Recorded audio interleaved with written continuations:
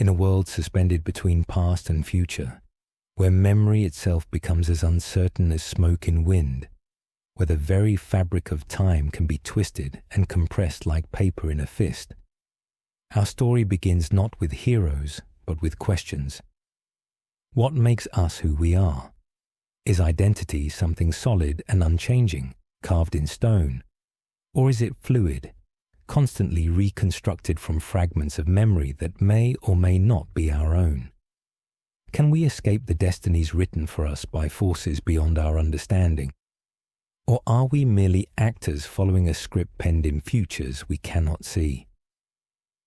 This is the world of Final Fantasy VIII, a place where military academies float across oceans, where sorceresses wield power that both elevates and isolates them from humanity, where teenagers trained as mercenaries must grapple with forces that threaten to unravel the very concept of time itself.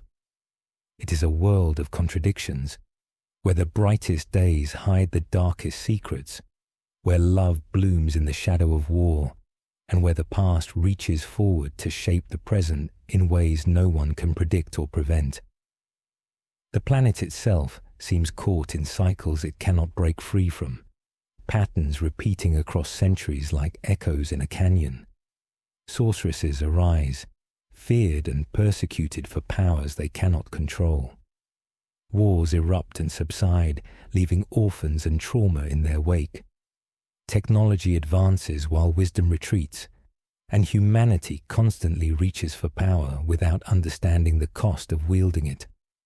The world has seen civilizations rise and fall, has witnessed the near destruction of everything multiple times, and yet somehow life persists, memory fades, and the same mistakes prepare to be made again. At the heart of this world stand institutions called gardens, massive educational facilities that are simultaneously schools and military bases, orphanages and mercenary training grounds. These structures, built atop ancient technology from a forgotten civilization, train young people to become CD, an elite fighting force that operates as mercenaries for hire, while secretly serving a purpose their members don't fully understand. The gardens represent humanity's attempt to create order from chaos, to build something that can stand against the forces that threaten their world. But like so much in this reality, they are built on foundations of secrets and half-truths, structures that appear solid until examined too closely. The garden's existence is intertwined with another fundamental element of this world: guardian forces, beings of immense power that can be junctioned to human hosts, granting them abilities far beyond normal human capacity. These entities allow ordinary people to wield magic, to summon devastating attacks, to push their bodies and minds to superhuman limits. But this power comes with a cost that few understand, and even fewer discuss. The guardian forces live in the same mental space where human memory resides, and their presence gradually erodes the very thing that makes a person who they are. Every battle fought with a guardian force junctioned, every spell cast through their power, comes at the price of forgetting pieces of yourself, losing connections to your past, watching your identity slowly dissolve like watercolors in rain. This is the world into which our protagonist emerges, though he arrives carrying more mysteries than answers, more questions than certainties, and a past that may not be entirely his own. The story proper begins with violence and thunder. Rain hammers down on stone and steel as two figures face each other in a training area. Weapons drawn, expressions grim with determination, and something deeper, something personal that goes beyond simple competition. These are Squall Leonhardt and Seifer Ultimecia, both students at Balamb Garden, both training to become SEED members, both wielding the same rare weapon that almost no one else at the academy has mastered: the gunblade, a sword with a revolver mechanism that requires perfect timing and coordination to use effectively. The weapon itself is a metaphor for their relationship, beautiful and dangerous, requiring perfect control to prevent disaster. They circle each other in the rain, feet finding purchase on slick stone, and then they clash. The confrontation is brutal and brief, both combatants pushing themselves beyond what training normally allows, and in the exchange, both are marked. Seifer's blade catches Squall across the face, opening a wound that will leave a permanent scar running from forehead to nose. But Squall's counterstrike finds its mark as well, slashing Seifer across the bridge of his nose in mirror image symmetry. They will carry these marks for the rest of their lives, permanent reminders of this moment, of their rivalry, of the paths that will diverge from this point forward. When Squall awakens, he finds himself in the garden's infirmary, the wound across his face stitched and bandaged, his head foggy with the remnants of whatever they gave him for the pain. A woman sits beside his bed, someone he should know but doesn't quite recognize, someone whose face seems familiar in a way that creates more confusion than comfort. She speaks to him like an old friend, reminds him to be careful, and then disappears before he can ask the questions forming in his mind. This will not be the last time he encounters someone who seems to know him better than he knows himself, who treats him with a familiarity he cannot quite return. His instructor, Quistis, arrives to collect him, a young woman who holds authority despite being barely older than her students, whose competence as a teacher contrasts with her apparent uncertainty about her own life outside the classroom. She scolds Squall for letting emotion drive him in the duel with Seifer, for allowing rivalry to override discipline, and escorts him through the halls of Balamb Garden toward his next responsibility. Along the way, we begin to understand who Squall Leonhardt is, or rather, who he believes himself to be. Squall has built walls around himself so high and thick that even he sometimes forgets what they're protecting. He presents to the world a facade of cold competence, answering questions with the minimum necessary words, deflecting attempts at connection with reflexive dismissal, maintaining emotional distance from everyone around him, as if proximity to others might somehow contaminate or diminish him. His internal monologue, which we hear constantly throughout his journey, reveals someone far more uncertain and vulnerable than his exterior suggests, someone who questions everything including himself, who longs for connection while simultaneously pushing it away, who has convinced himself that the safest path through life is the one walked alone. This defensive isolation has a source, though Squall doesn't consciously remember it.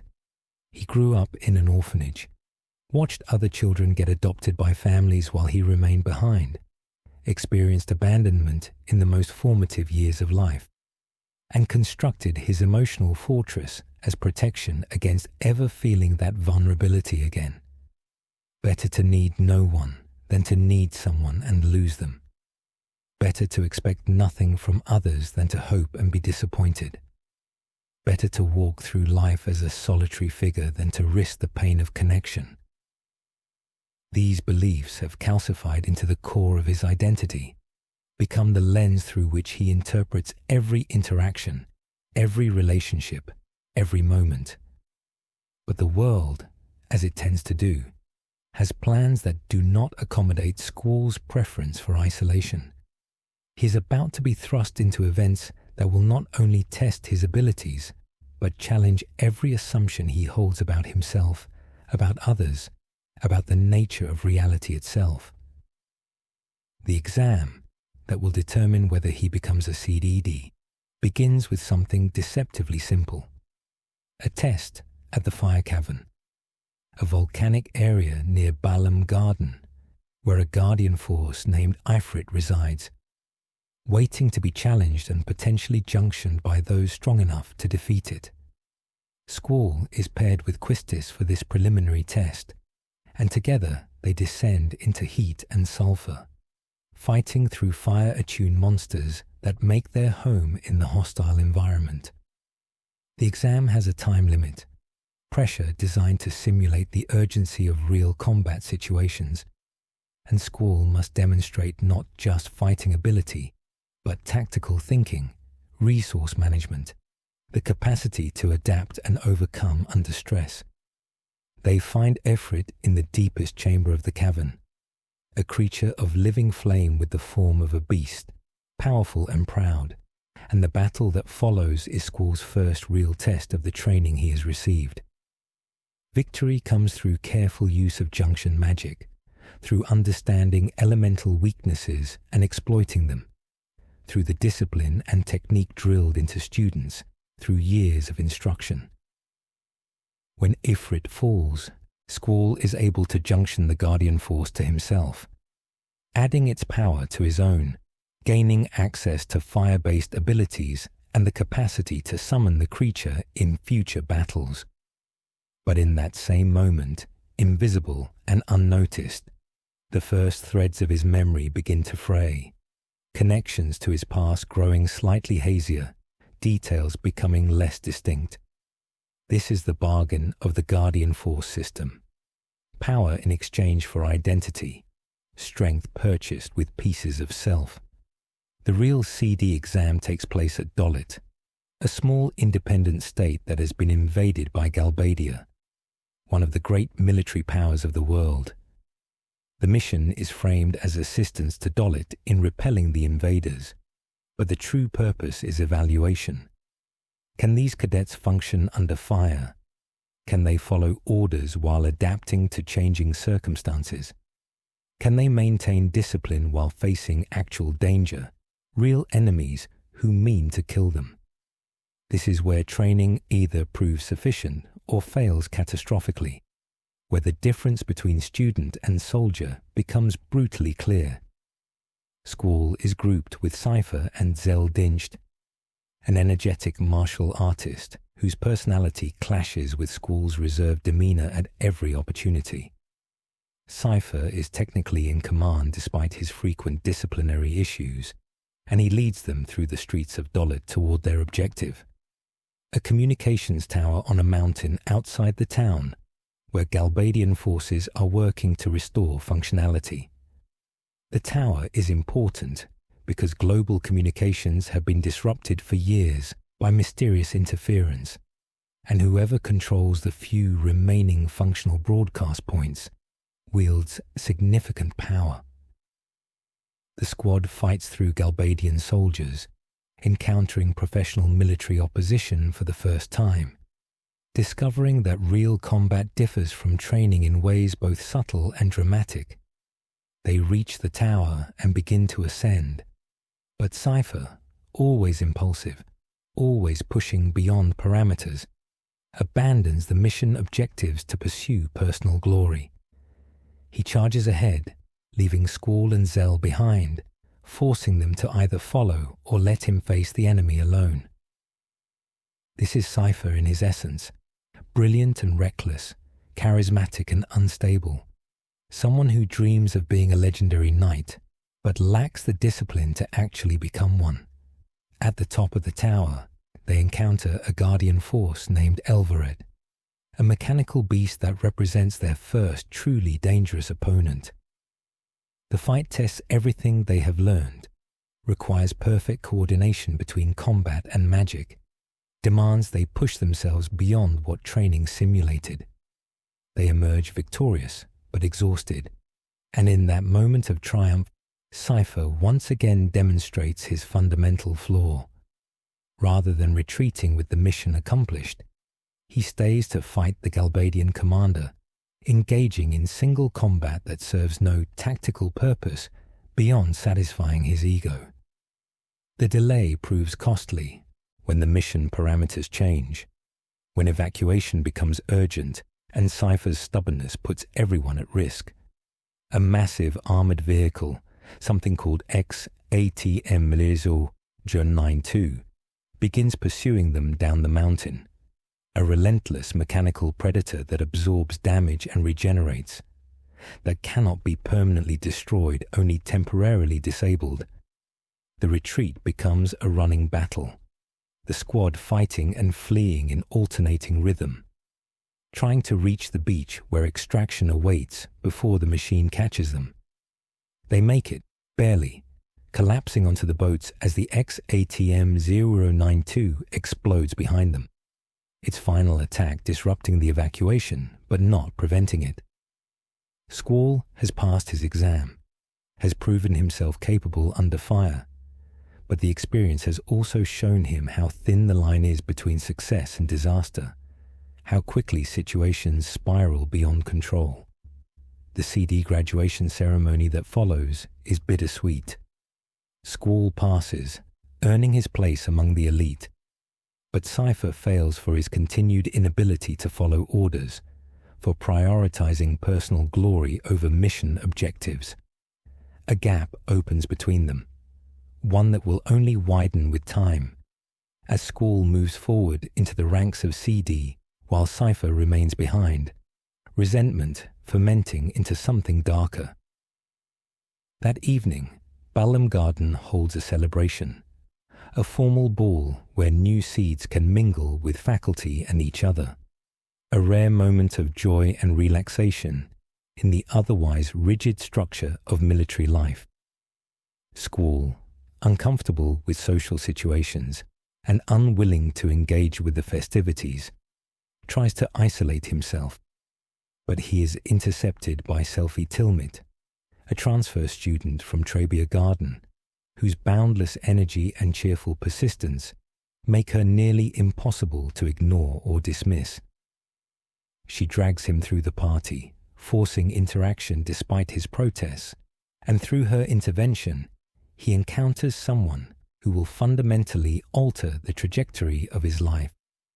Rinoa heartily stands on the balcony overlooking the garden grounds, and when she sees Squall, she approaches without hesitation, without the deference or distance that most people maintain around the taciturn young man. She is warm where he is cold, open where he is closed, expressive where he is guarded, and she makes an unusual request, to borrow him for a moment, to dance with her beneath the stars. Squall's internal resistance is immediate and fierce, a reflexive rejection of the vulnerability that such an act represents. But something about Rinoa breaks through his defenses just enough that he agrees, and they share a moment that neither can quite interpret or forget. The connection is interrupted by duty. Squall receives his first official mission as a CD. Travel to the town of Timber and assist a resistance group called the Forest Owls in their operations against the Galbadian occupation. He is accompanied by Zell and Selphie, forming a trio of very different personalities forced to work together. They board a train that will carry them across the continent, and during the journey something strange happens, something that will recur throughout their adventure. They fall into dreams, but these are not normal dreams, not the random firing of sleeping minds, but something more structured, more like memories, except they are not memories of their own lives. Squall finds himself experiencing the world through someone else's eyes, someone named Laguna, a Galbadian soldier stationed in Timber years ago. The dream has the quality of lived experience, Squall controlling Laguna's actions while simultaneously being aware that this is not him, that he is passenger in someone else's past. Laguna is everything Squall is not. Outgoing and clumsy, charming and accident-prone, someone who wears his heart on his sleeve and stumbles through life with good-natured incompetence that somehow works out more often than it should. With him are two companions, Kiros Siegel and Ward Zabak, friends whose personalities balance Laguna's flighty nature with steadier temperaments. The dream follows them to Delling City, the capital of Galbadia, where Laguna harbours a crush on Julia Hartilly, a piano player at the hotel where they're staying. His attempts to approach her are comedic disasters, his natural clumsiness amplified by nervousness. But somehow, impossibly, Julia notices him, invites him to her room, and they share a conversation that hints at deeper connection. They talk about dreams and aspirations, Julia about her music and Laguna about his desire to become a traveling journalist. And in that moment, a romance begins that will have consequences stretching across decades. But before it can develop, duty calls, and Laguna is shipped out to the next assignment, leaving Julia and their nascent relationship behind. When Squall awakens, he is confused and disoriented, uncertain what the dream means or why it felt so vivid and real. But there is no time to process it, because they have arrived in Timber, and waiting at the station is the contact they were sent to meet. Rinoa Hartilli, the woman from the ball, now revealed as the leader of the Forest Owls, the resistance group they've been assigned to assist. The coincidence feels too perfect, too convenient, and Squall's suspicion wars with something else, something he refuses to acknowledge even to himself. The Forest Owls are a small, earnest group of idealists fighting against the Galbadian occupation of Timber with more passion than resources or skill. Their plan to strike a blow against the occupation is ambitious. Hijack the train carrying President Vinzer Delling of Galbadia and force him to announce Timber's independence. The mechanics are complicated, involving intercepting the train mid-journey, detaching its cars, and subduing the guards before anyone realizes what's happening. Squall listens to their planning with barely concealed skepticism, recognizing the numerous ways it could fail. But he has been contracted to assist, and CD operates under a code of professional obligation regardless of personal opinion. The operation proceeds as plans of this nature often do, poorly. They successfully intercept the train and create chaos. But President Delling is not aboard as intelligence suggested. Instead, the train carries a body double, a decoy designed to draw out exactly the sort of attack the Forest Owls attempted. The revelation is crushing for Rinoa and her group, their carefully planned operation revealed as futile from the start, their intelligence compromised or simply wrong. They learn that the real President Delling is at the Timber television station, preparing to make a broadcast now that the Dolit Communications Tower is operational again. Rinoa convinces Squall's team to accompany her to the station, to attempt some kind of intervention, even though their original mission has failed. They arrive to find not just President Delling, but Seifer, Squall's rival, who has apparently abandoned Balamb Garden entirely and taken the president hostage in some mad bid for glory or relevance or whatever drives his increasingly erratic behavior. The situation teeters on the edge of complete disaster when another figure appears, someone whose presence shifts the entire atmosphere into something darker and more ominous. Sorceress Idea materializes as if from shadow itself, a woman of terrible beauty and power whose very existence radiates authority and menace. She addresses the cameras, announces herself as Galbadia's new ambassador, and in her presence, Seifer finds something he has been seeking. Purpose, a cause, a sorceress to serve as her knight, the romantic ideal he has been chasing through his dreams. Idia spirits Seifer away with barely a gesture, demonstrating power that makes Guardian forces seem like pale imitations, and President Delling, far from being rescued, appears to have orchestrated the entire event. Squall and his companions flee before they can be captured, escaping into the woods surrounding Timber, but the world has fundamentally changed. A sorceress has emerged into public life, aligning herself with the military might of Galbadia, and history remembers what happens when sorceresses and armies combine. With train service suspended and Timber sealed off, Squall's team makes their way to Galbadia Garden, the second of the 3 great academies, hoping to receive new orders or at least refuge while they determine their next move.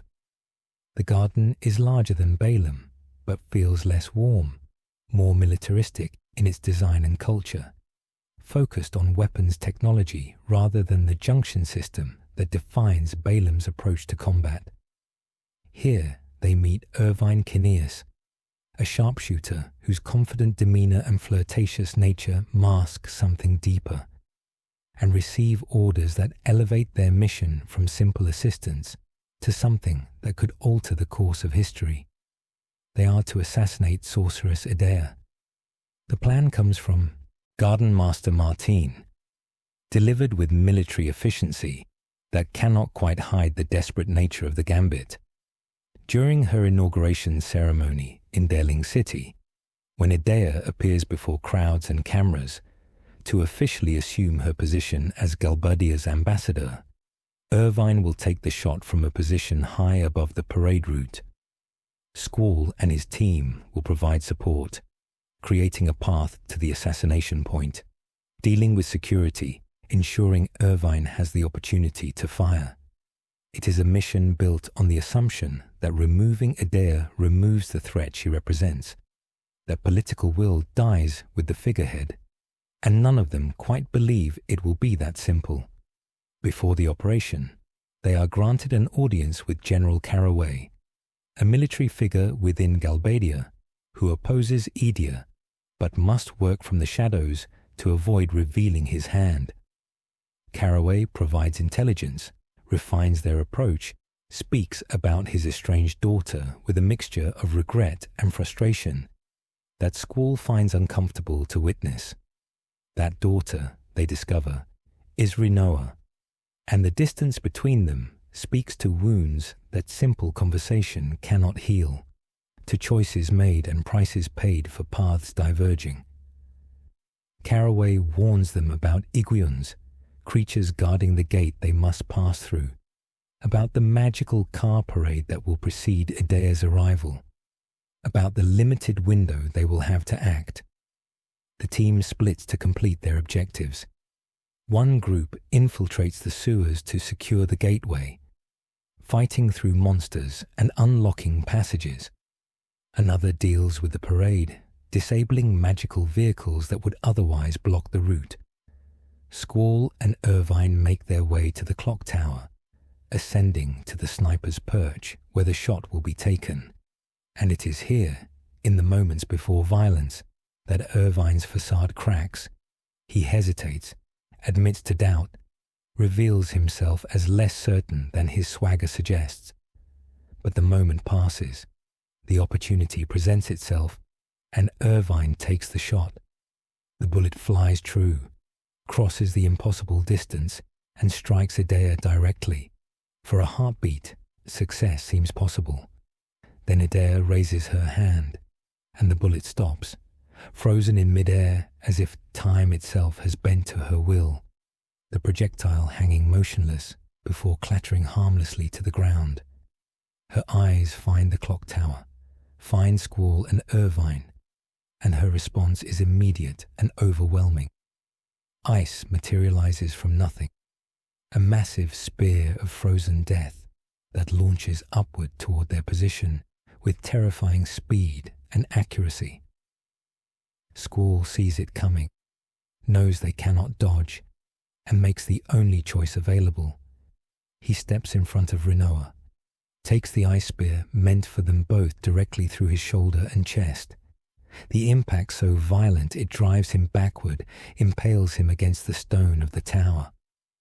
The pain is absolute, consciousness fragmenting into pieces, and his last thought before darkness is confusion, that this is how it ends, that his story concludes here, that he will die having barely begun to live. The world fades to black as Rinoa screams his name, as ice spreads through his body, as everything that makes him Squall Leonhardt prepares to dissolve into nothing, except it doesn't. He wakes, impossible as that seems, in a place of white void and incomprehension, a space that might be death or dream or something between. Rinoa is there, pulling at him, refusing to let him slip away, her will somehow anchoring his consciousness when it should be dispersing. She speaks to him about promises, about hope, about futures that still wait to be lived, and somehow, inexplicably, he does not die.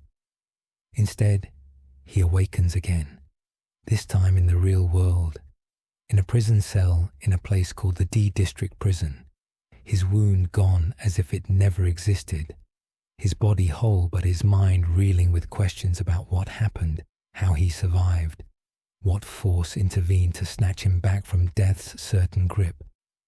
His team is imprisoned with him. Zell, Rinoa, Quistis and Seifer, all captured in the chaos following the failed assassination. Irvine is elsewhere, his fate unknown. They have been separated from their weapons and guardian forces, stripped of the tools that make them formidable, locked in cells designed to hold far more dangerous prisoners than teenage mercenaries.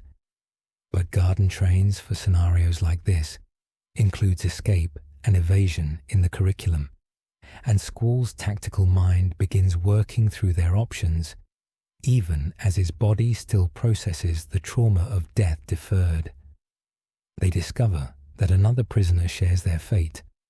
Biggs and Wedge, recurring Galbadian soldiers whose comedic incompetence contrasts sharply with the seriousness of their situation. More importantly, they learn that the prison has a monstrous secret. Hidden in its depths is a sorceress, not Idea, but someone else, someone whose very existence was meant to remain buried and forgotten. The prison is built as much to contain her as to house ordinary criminals, layers of security designed to ensure she can never escape, never again threaten the world with powers that once brought nations to their knees. The escape becomes a running battle through the prison's levels, fighting guards and security systems, climbing through ventilation shafts and service corridors, gradually making their way toward freedom while chaos spreads through the facility. They encounter strange devices, hints of experimentation and torture, evidence that this place serves purposes beyond simple incarceration. The prison is a monument to fear, and the lengths people will go to contain what they do not understand, what they cannot accept. And at its heart, in the deepest level where light barely reaches, they find her. The sorceress in the prison is old, or rather, she was sorceress years ago before being sealed here, before the world decided that the threat she posed outweighed any rights she might have had. She is nearly broken, damaged by years of isolation and the horrible machines designed to suppress her power. But enough of her remains to recognize kindred spirits in these young people trying to escape. She does not help them directly, cannot help them in her diminished state, but her presence serves as a warning, a glimpse of what the world does to those who possess power that others fear. They reach the surface, claim a vehicle, and flee into the desert as alarms sound behind them, as the machinery of Galbadian authority mobilizes to recapture them. The prison itself feels like monument to containment and fear, as if built to hold not just ordinary criminals, but the very memory of power that cannot be controlled, the phantom of every sorceress who ever threatened the established order. The desert is vast and hostile, heat and isolation stretching in every direction, and their stolen vehicle eventually gives out, leaving them stranded in wasteland with pursuit somewhere behind. It is here, in this moment of vulnerability, that another dream takes them, another journey into Laguna's past, another piece of a puzzle they don't yet understand they're assembling. This time, Laguna is no longer a soldier. He has been wounded in combat, left for dead in the wilderness, and rescued by inhabitants of a small village called Windhill. The village is peaceful, almost idyllic, a place that warfare has not yet reached, where life continues in rhythms unchanged for generations. Here Laguna recovers under the care of a woman named Rain, a pub owner whose quiet strength and gentle nature draw him like gravity. Their romance develops slowly, naturally, built on shared moments and growing affection, rather than the sudden intensity of his infatuation with Julia. But Windhill's peace is fragile, monsters encroaching from the surrounding wilderness, and Laguna finds purpose in protecting the village, in fighting back the threats that would disrupt their quiet lives. We see him transform from clumsy soldier to genuine protector. See him build connections with the people of Windhill. See him plan a future that includes this place and this woman. And then the dream shifts, time passes, and tragedy enters. Laguna is called away for some mission, some responsibility he cannot refuse, and when he tries to return to Windhill, when he tries to come back to Rain and the life they were building, something prevents him. Years pass in the space of moments within the dream, and when awareness returns to the present, Squall and his companions are left with fragments of a story whose significance they cannot yet grasp. They awaken to find themselves rescued by members of their own garden, collected from the desert and returned to Balamb, which has undergone its own crisis in their absence. The garden itself has become mobile, its hidden mechanisms activated for the first time in its history, transforming from static academy to massive armored vehicle capable of traversing land and sea. The activation was not planned or controlled, but emerged from desperation when Galbadia launched missiles at both Balamb and Trabia Gardens, attempting to eliminate the CD threat completely in one coordinated strike. Trabia Garden was destroyed, the missiles reducing it to ruins and killing unknown numbers of students and faculty, those who trained there and those who called it home. The loss is catastrophic, entire lives erased in moments, futures extinguished before they could properly begin. But Balamb Garden survived through combination of warning and luck.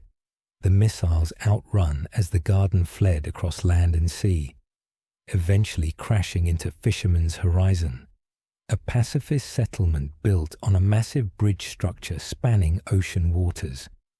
The people of Fisherman's Horizon are not pleased with Garden's arrival, seeing it as militarism invading their peaceful isolation, as war literally crashing into their carefully maintained neutrality.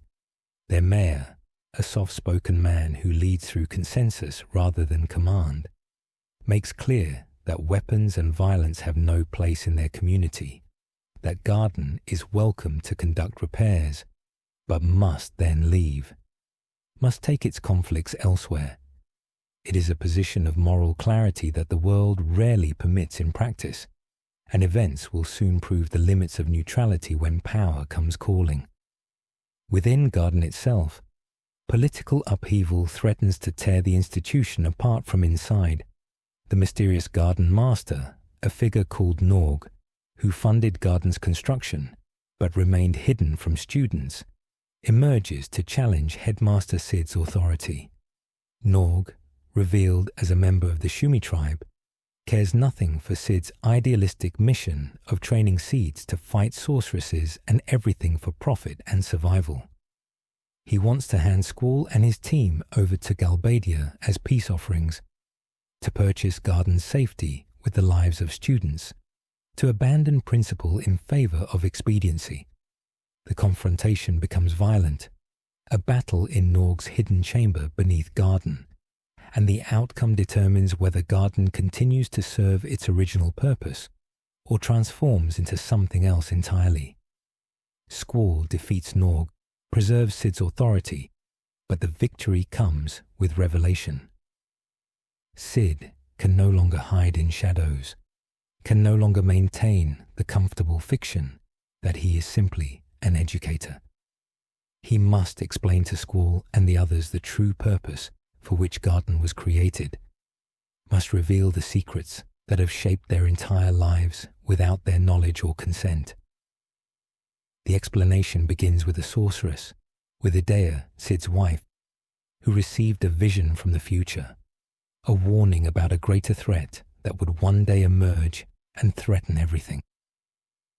Garden was created to fight that future threat, to train an anti-sorceress force that could stand against power that normal militaries could not counter.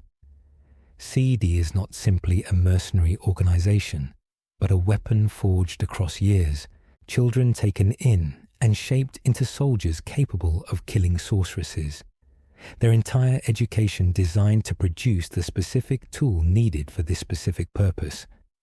And Squall, whether he wanted it or not, whether he chose it or not, has become that tool's blade, has been shaped and honed for a conflict he barely understands. Before this knowledge can fully settle, before questions can be asked and implications explored, Garden receives urgent communication. Galbadia Garden is approaching, not fleeing or traveling but hunting, its course set directly for Fisherman's Horizon, for Balamb Garden specifically. Adia commands it now, the sorceress having seized control of Galbadia's military garden, and Seifer serves as her knight, leading G Army forces with authority that should never have been his. A battle is coming, Garden versus Garden, Academy against Academy, and the pacifist settlement, where they've sought refuge, will become a battlefield regardless of the mayor's wishes or principles. The conflict that follows is chaos given form, gardens colliding with impact that shakes both structures to their foundations. Students who trained together, who shared classes and meals and dreams, now face each other as enemies, forced by circumstance and manipulation into violence neither side truly wants. Squall leads Balamb's forces through the corridors of their home-turned-battleground, fighting Galbadian soldiers and elite units, pushing toward Galbadia Garden's command center, where Idea and Seifer wait. The battles test everything Squall has learned, every tactic and technique, but they also force him to accept something he has been resisting: leadership. The other Cs look to him for orders, for direction, for the certainty that he does not feel but must project. Cid has officially named him Commander of Balamb Garden, thrust responsibility upon him that he never sought, and now that responsibility manifests in the weight of others' lives depending on his decisions. He must become more than a lone fighter, must think beyond personal survival to coordinating entire groups, to making choices that will save some and doom others, to carrying the burden of command that cannot be shared or delegated. They break through to Idea, confronting her in battle that seems impossible from the start. She is a sorceress, wielding power that should overwhelm them instantly, magic that normal humans have no defense against.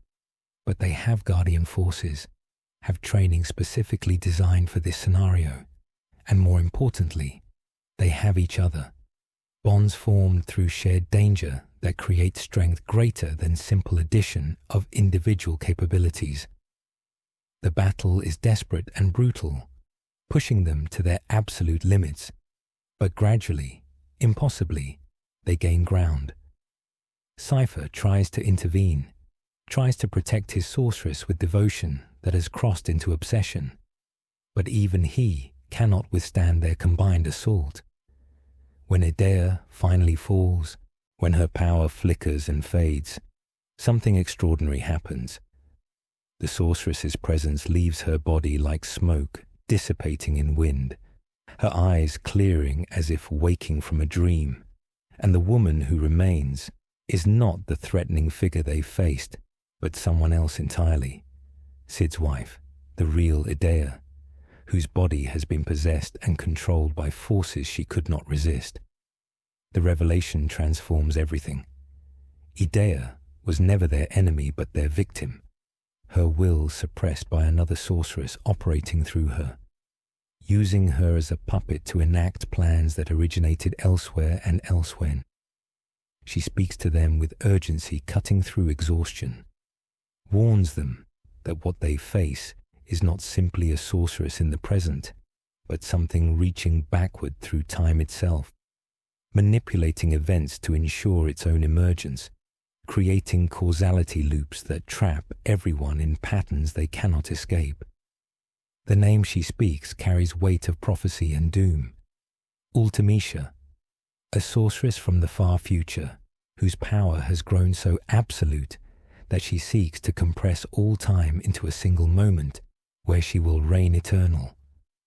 But before Idea can explain fully, before the implications can be properly understood, she speaks of someone they must find, someone named Alone who possesses unique abilities that Ultimecia needs and will stop at nothing to acquire. Alone can send consciousness backward through time, allow people to inhabit their own or others' past selves, though she cannot change events that already happened, only witness them or experience them from different perspectives. She is the key to everything, the linchpin around which past and future pivot, and she has gone into hiding in the one place that might shelter her from Galbadian reach. Esthar, the mysterious Eastern superpower that sealed itself off from the world 17 years ago after defeating Sorceress Adele, and has remained silent ever since. The gardens part ways after the battle, Galbadia's structure damaged and its forces in disarray. Balamb needing repairs and time to process what has happened. But before they can begin planning their journey to find Alone, before they can even properly rest, Selphie suggests they visit the ruins of Balamb Garden to pay respects to the dead and help with recovery efforts. The journey to Trabia takes them across frozen landscapes, to the northern reaches where snow falls perpetually and cold seeps into everything. The garden's remains stand as monument to sudden violence, buildings collapsed and burning, debris scattered across grounds that once held laughter and learning. Lives ended before their time. Among the ruins they find survivors, students and faculty who were away or deep enough in the structure to survive the missile impacts, now digging through wreckage, looking for bodies or miracles, or some way to make sense of what cannot be made sense of. Selphie, who transferred from Trabia to Balamb, walks through destruction of her former home with expression carved from ice and grief, seeing the places where she studied and played and grew, now reduced to rubble and memory. The loss is not abstract or distant, but immediate and personal. Every collapsed wall and shattered window holding specific recollections of specific moments, now impossible to return to. It is here, in this place of endings, that Irvine speaks words that will fracture their understanding of themselves. He mentions an orphanage, a matron named Idea, children who grew up together on a beach where waves met shore and futures seemed infinite. He speaks these things casually, as if they are known and shared memories, and is stunned when the others react with confusion and denial. They don't remember an orphanage. They don't remember each other as children. They don't remember any of what Irvine describes with such clear certainty. But slowly, as he speaks, fragments surface. Images flicker in their minds like photographs surfacing from dark water, moments of clarity amid vast fog of forgetting. Squall begins to remember a young girl who made him promise to come back, someone important, whose name he should know but doesn't. Quistis remembers being older than the others, trying to take care of younger children, being responsible even then. Zell remembers being adopted, being taken away from the orphanage by a family in Balamb, leaving others behind. Selphie remembers arriving after some trauma, being taken in by Idea and Sid when she had nowhere else to go. And they all begin to remember Alone, a girl slightly older than most of them, who could do impossible things, who could send their consciousness into other people and let them experience different lives, different perspectives, different times. She was special in ways they did not understand, was protected by the matron, who eventually had to send her away for her own safety, and they all loved her as an older sister, as guardian and friend, as connection to something deeper than the casual bonds of childhood. Her departure hurt in ways they could not articulate, left wounds that memory suppression only drove deeper rather than healing. The reason for their forgetting becomes clear as the memories strengthen and multiply. Guardian forces, those beings of power they have been junctioning since their training began, live in the same mental space where memory resides. The more they use guardian forces, the more they rely on that external power, the more their own memories fade and blur, connections weakening until entire portions of their past disappear as if they never happened. They have been using guardian forces for years, since early in their training, and in that time, they have gradually lost pieces of themselves, forgotten friendships and relationships that defined their formative years, become strangers to their own histories. The revelation is devastating in its implications. They have been shaped by experiences they no longer consciously remember, carry trauma and joy from a past that exists only in suppressed fragments, operate based on patterns established in childhood they cannot access or understand. Their very identities have been constructed on foundations of forgetting, each day building further from origins they cannot see. And more immediately, the realization transforms their relationships with each other. They are not strangers thrown together by chance, but families separated and reunited without recognizing the bonds that already exist between them. Squall is particularly shaken by this knowledge. His isolation, his insistence on walking alone, his rejection of connection, all of it suddenly appears not as strength but as wound, not as choice but as trauma response to abandonment that he experienced but no longer remembers. The matron, Edea, was the closest thing to a mother he had, and when she sent Elone away, when circumstances forced that separation, something broke in young Squall that never properly healed. He built walls to protect against pain he could not consciously recall, but that shaped him nonetheless, became the person he is because of experiences he has spent years forgetting. The others are affected too, each processing the revelation according to their nature.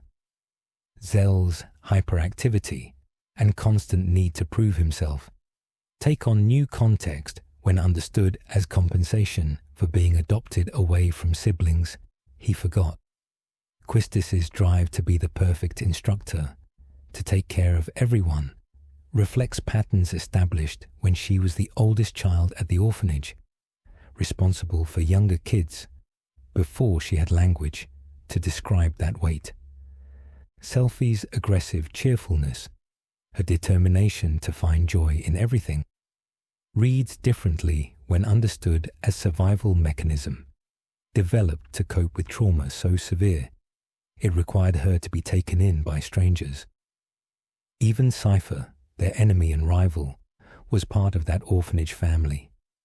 His obsession with being a sorceress's knight, his romantic idealization of that role, stems from stories Edea told them as children. Tales of brave knights who protected sorceresses from those who feared and persecuted them, while others moved past those stories into more nuanced understanding. Seifer fixated on them, made them the core of his identity, and now serves Edea, or the thing possessing her, in fulfillment of childhood dreams that he cannot remember dreaming, but that drive him nonetheless. Another dream comes that night, Laguna's past reaching forward to touch their present once more. This time they find him in Windhill, But the peaceful village they saw before has changed. Rain is gone, circumstances not fully explained but outcome devastating, and Laguna serves as Esthar's president, a position of responsibility he never sought and seems perpetually uncomfortable occupying. The dream shows fragments of his leadership, his attempts to govern with compassion and common sense in a nation that was traumatized by its previous ruler, his efforts to maintain Esthar's isolation while keeping connection to the wider world through trusted agents. Most importantly, the dream reveals Elone, older now, serving as Laguna's assistant, protected by Esthar's resources and military might from forces that would exploit her unique abilities. The connection becomes clear. Laguna is Elone's adopted father, took her in when circumstances made that necessary, has spent years keeping her safe from those who would use her power for their own purposes. He became president of Esthar after Adele's defeat, inheriting leadership of a traumatized nation that needed someone capable of guiding them away from the sorceress's tyrannical legacy. And the dreams Squall experiences, the visions of Laguna's past, are not random but directed, are Elone using her abilities to show them things, to communicate across time and distance in the only way she safely can, while Ultimecia hunts her. The journey to Esthar requires crossing the ocean and penetrating barriers that have isolated the continent for nearly 2 decades. Esthar closed itself off after the Sorceress War 17 years ago, when their ruler, Sorceress Adele, was defeated and sealed in space orbit to prevent her from ever threatening the world again.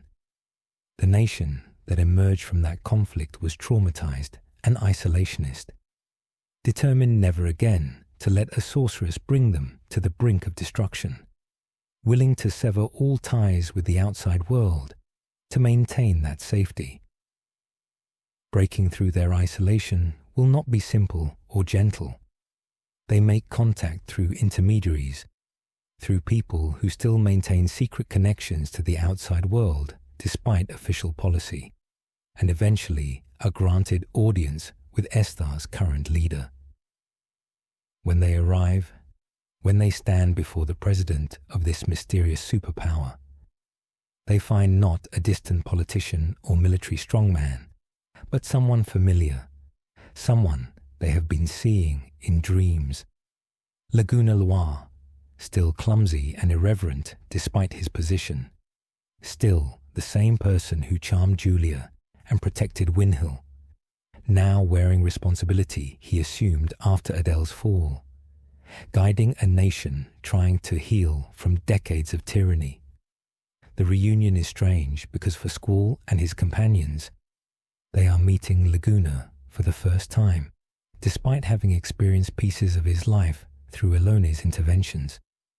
For Laguna, they are strangers he nonetheless feels drawn to, young people whose arrival seems to fulfill purposes he does not quite understand, but trusts anyway. He confirms what they have already guessed. Elone is in Esthar, has been protected here for years, but recently left on an errand that has now placed her in danger. She traveled to visit the lunar base, the space station that monitors Sorceress Adele's orbital containment, and has not returned as scheduled. More urgently, something is wrong at the lunar base itself. Communications have gone dark, standard, check-ins missed, and the last transmissions spoke of systems failures and unexplained phenomena. Esthar's military is preparing a response, but the situation is delicate because any failure in Adele's containment could release a sorceress whose power once brought nations to their knees, whose return would threaten not just Esthar but the entire world.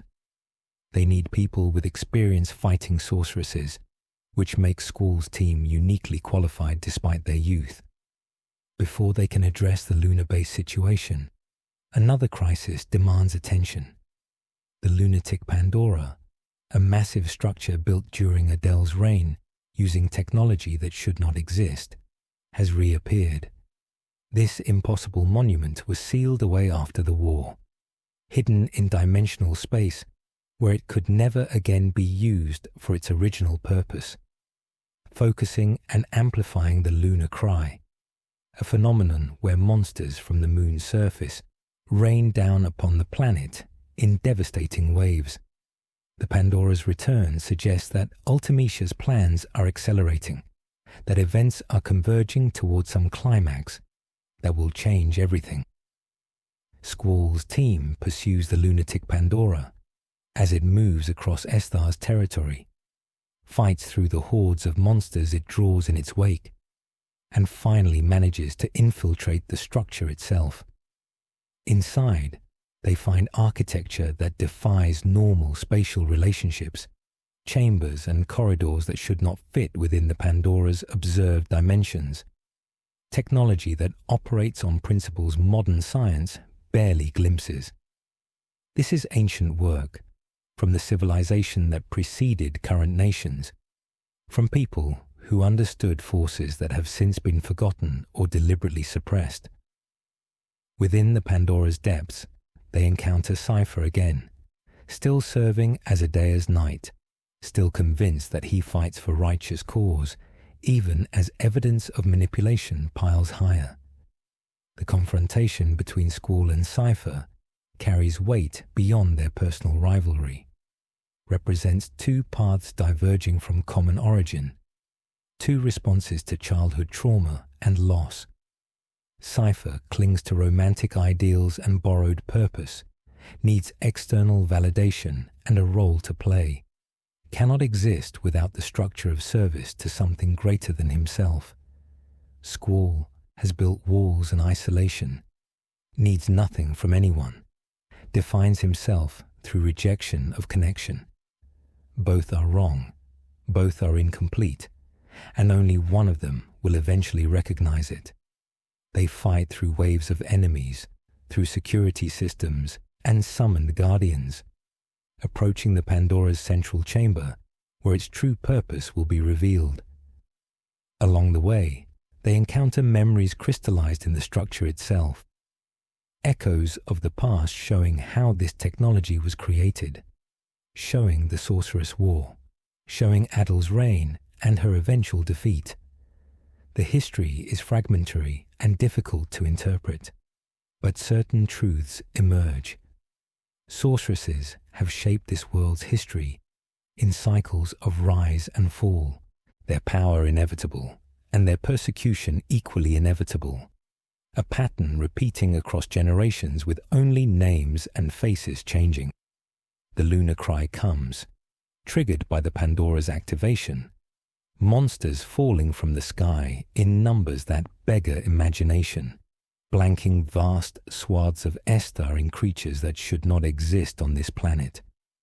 The military mobilizes to contain the crisis, to prevent the monsters from spreading beyond Esthar's borders. But it is a holding action, a desperate attempt to limit damage rather than prevent it entirely.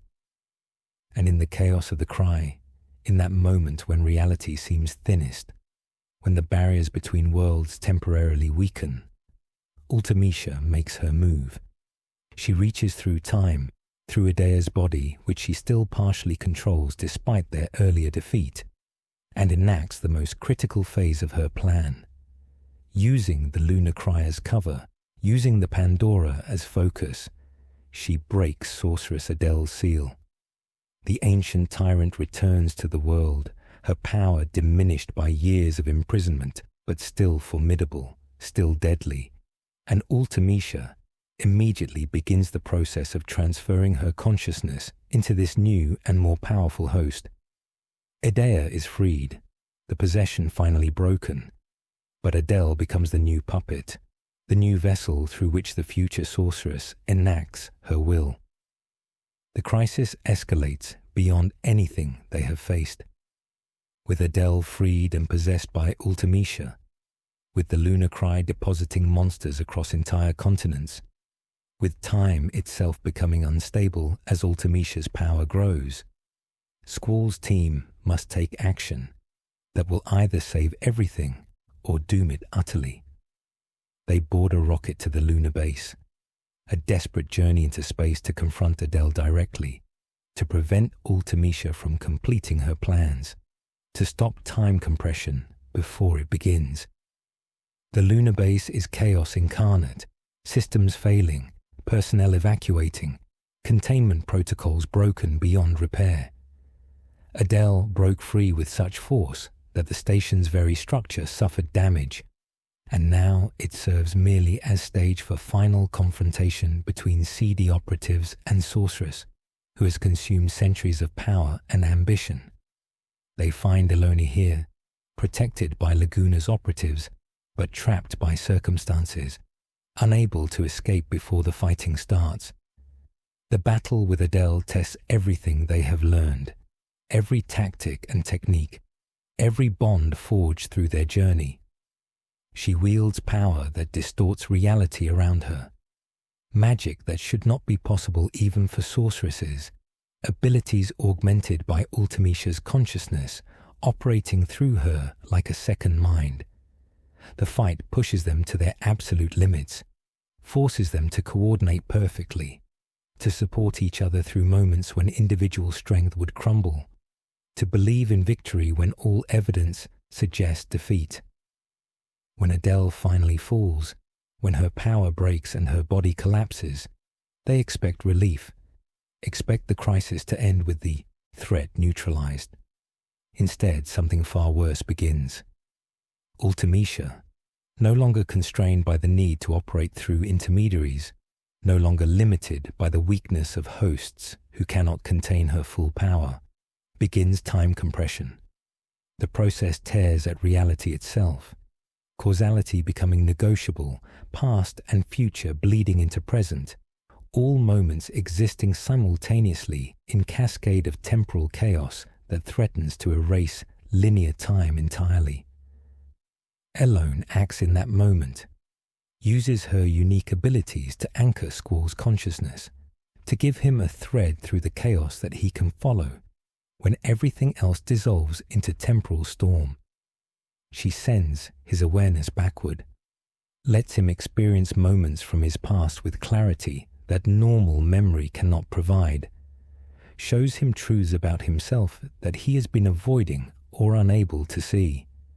He witnesses his own childhood, sees the boy he was before trauma, and Guardian forces eroded his memories, understands the origins of his isolation and the wounds that shaped him. And he sees something else, something that recontextualizes everything. A white-feathered angel, a winged figure that appeared in moments of crisis throughout his life, in the prison when he died and returned, in dreams and visions at the edges of consciousness. The figure is Ultimecia herself, but also Rinoa, and also every sorceress who ever existed, because in the compressed time all sorceresses become one, all their power flowing through the same channels, all their identities bleeding together until distinction becomes meaningless. The revelation is dizzying in its implications. The enemy they fight is not separate from those they love but connected, is not purely evil but damaged and desperate, is not seeking destruction but attempting transcendence through means that will incidentally annihilate everything else. Ultimecia pursues time compression because she is hated and persecuted in her own era, because being a sorceress marks her for violence and fear, because the only escape she can imagine from that hatred is to exist outside of time entirely, to become eternal and untouchable, to end the cycles of persecution by ending time itself. Squall's team finds themselves in Ultimecia's castle, a structure that exists at the end of time or perhaps outside of time entirely, architecture drawn from nightmares and impossibility, rooms that reconfigure themselves, corridors that lead to different destinations each time they are traversed. The castle is her mind made manifest, her power given physical form, and navigating it requires defeating guardians that represent aspects of her psyche, breaking down barriers she has constructed around her core self. They fight through chambers themed around different forces and concepts, battle creatures that embody her fears and ambitions, gradually work their way deeper into the castle toward its heart, where Ultimecia herself awaits. Each guardian defeated, each barrier broken, weakens her just slightly, creates openings in defenses that should be absolute. The progress is measured in inches rather than miles, each victory hard-won and costly, but gradually, impossibly, they advance. The guardians are not random but carefully chosen, each one reflecting something about Ultimecia or about the nature of sorceresses more broadly.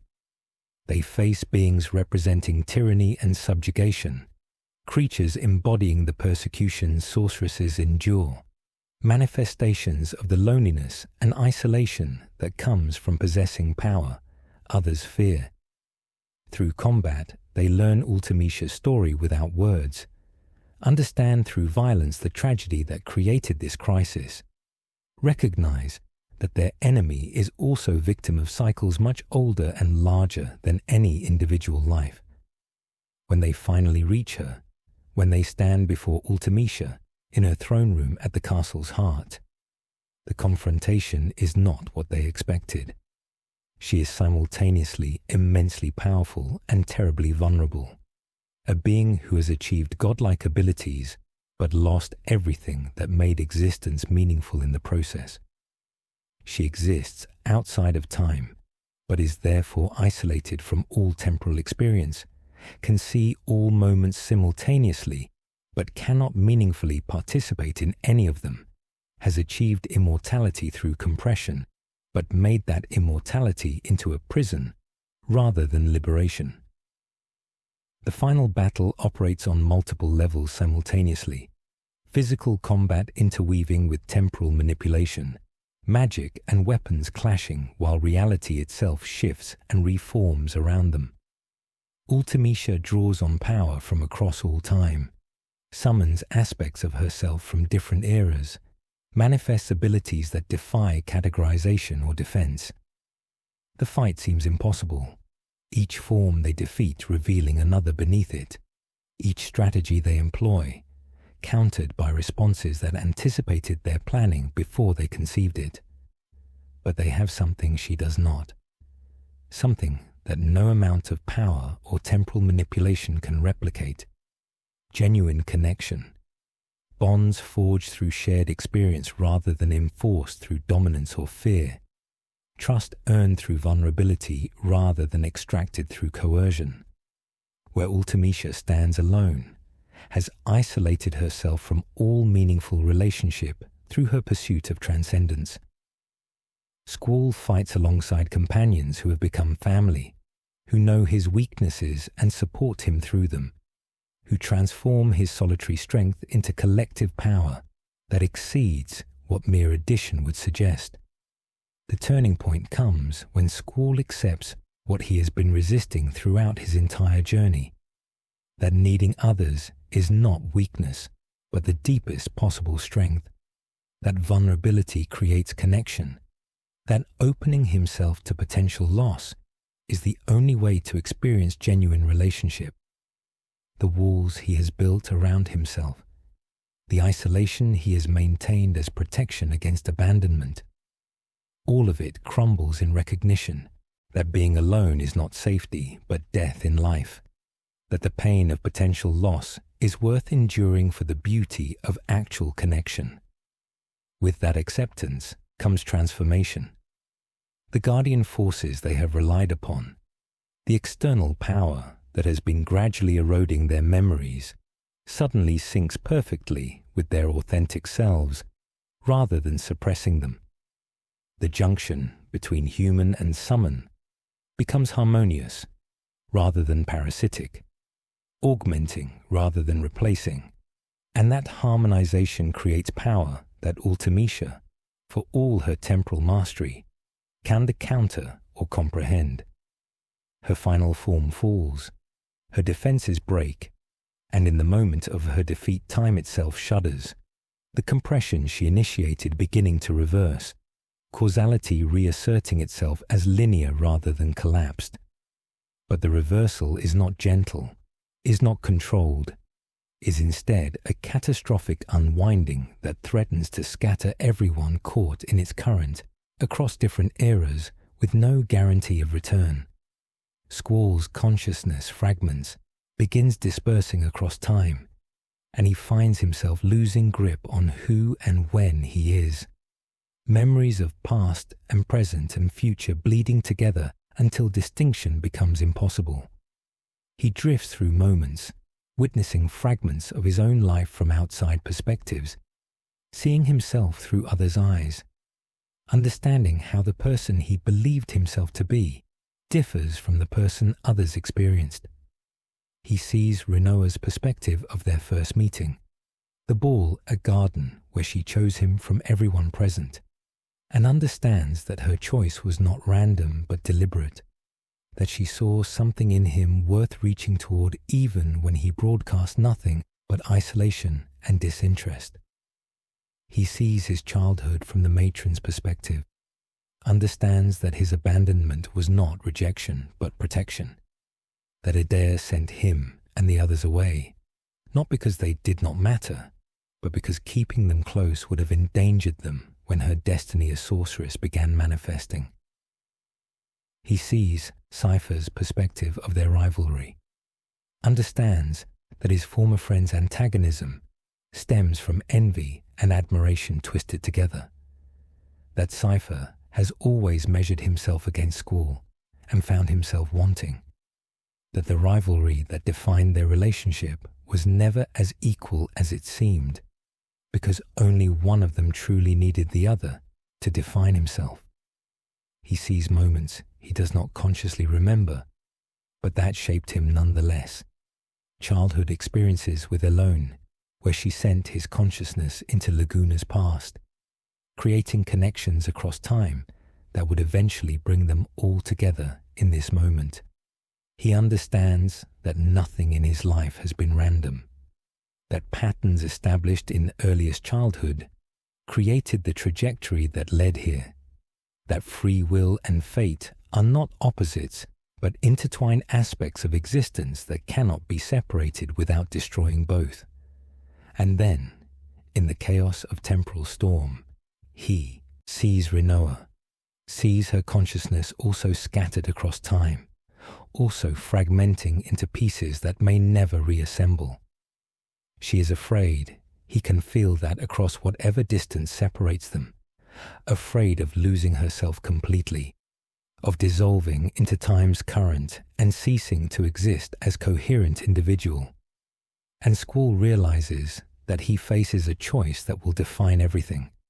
He can let go, accept dissolution, allow time to carry them both into separate futures where they will never again cross paths, or he can fight, can reach through impossible distance and pull her back, can anchor them both through force of will and refusal to accept that this is where their story ends.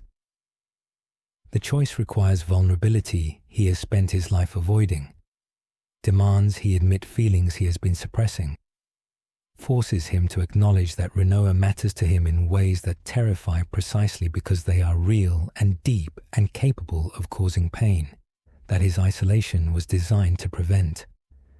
But in this moment suspended outside normal time, with everything he is threatening to dissolve, the walls finally, completely crumble. He reaches for her, extends his consciousness across whatever void separates them, and makes a promise that he will bring her back, will not let her vanish into temporal chaos, will fight against the unwinding of time itself, if that is what saving her requires. The effort nearly destroys him, reaching across compressed time while his own identity fragments, while causality itself remains uncertain, while past and future bleed into present until all distinction becomes meaningless, requires sustaining coherent will when everything pushes toward dissolution. But he manages it, somehow maintains enough self to find Rinoa in the chaos and anchor her consciousness to his own. creating a connection that the temporal storm cannot sever, a bond that transcends the physics of normal reality because it is built on choice and commitment rather than simply proximity or circumstance. When time finally stabilizes, when compression reverses fully and linear causality reasserts itself, they find themselves back in normal reality, back in the moment after Ultimecia's defeat. But something has fundamentally changed. Squall no longer hides behind walls of isolation and indifference. Rinoa no longer needs to work so hard to draw him out. The connection between them, forged in that moment outside time when he chose to save her at cost of potentially losing himself, has become the foundation of who they are rather than something peripheral to their actual identities. They return to find the world changed but not ended. Time compression did not occur, or occurred only partially before being reversed, and its effects, while significant, are not catastrophic. Some things are different. Details and minor events shifted by the temporal instability, but the broad strokes of history remain intact. Gardens still exist.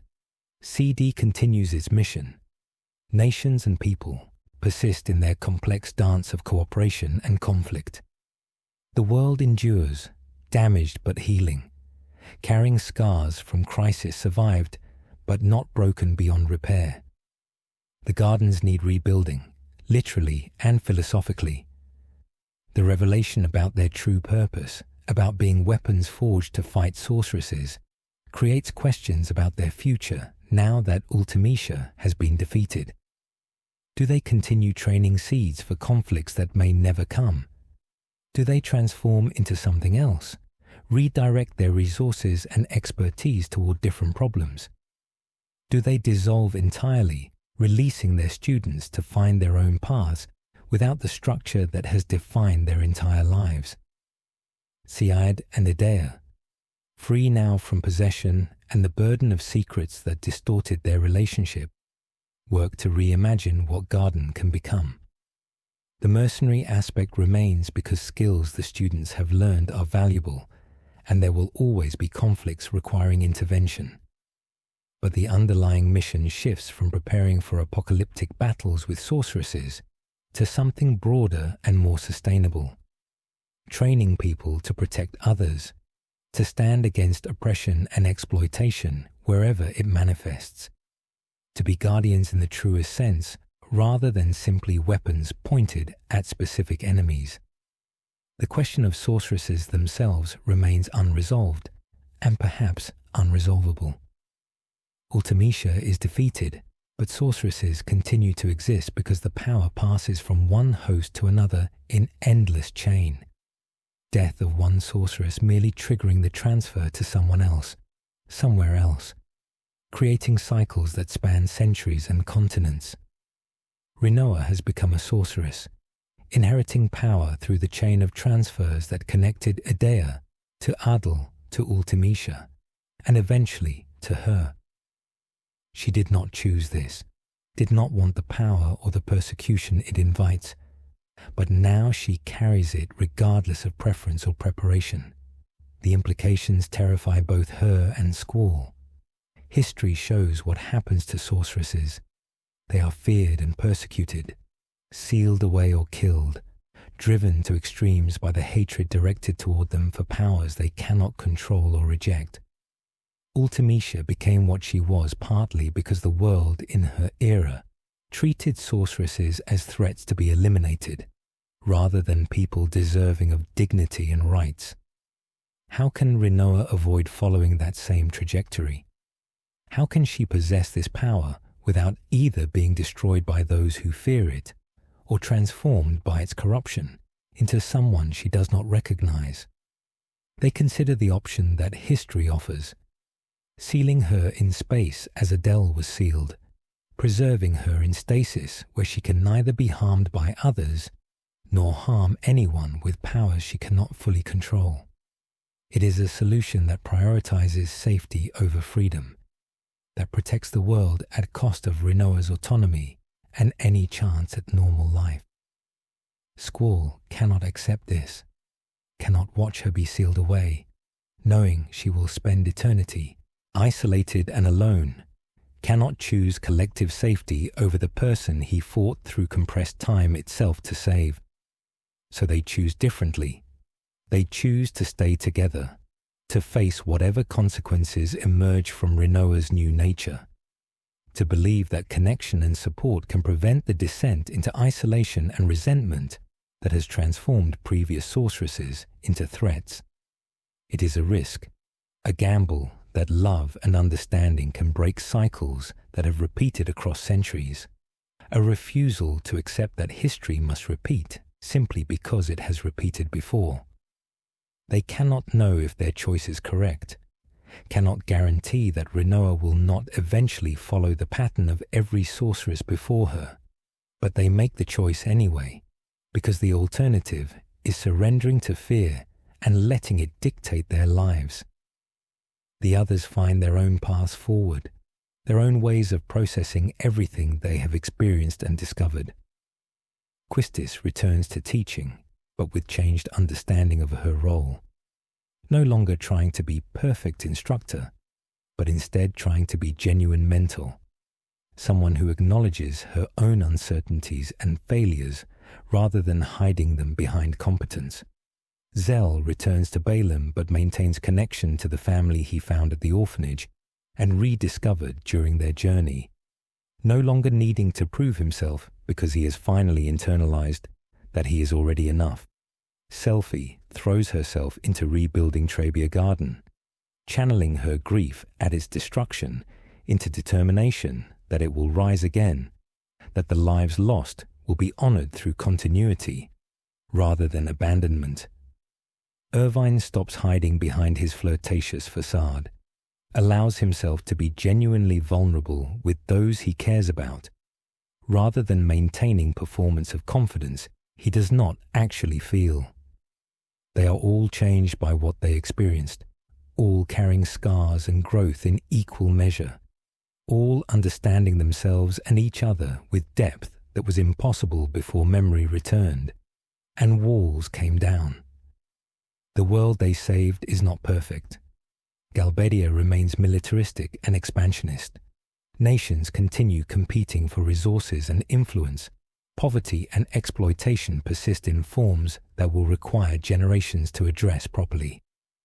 Defeating Ultimecia did not create utopia or solve systemic problems, did not eliminate human capacity for cruelty or ignorance or self-destructive behavior. But it did prevent apocalypse, did preserve the possibility that tomorrow might be better than today, did keep the future open rather than collapsing it into eternal moment of one being's singular will. They gather at the orphanage where they began, where the matron still tends to children who have nowhere else to go, where new orphans arrive bearing trauma from the conflicts and disasters that continue despite Ultimecia's defeat.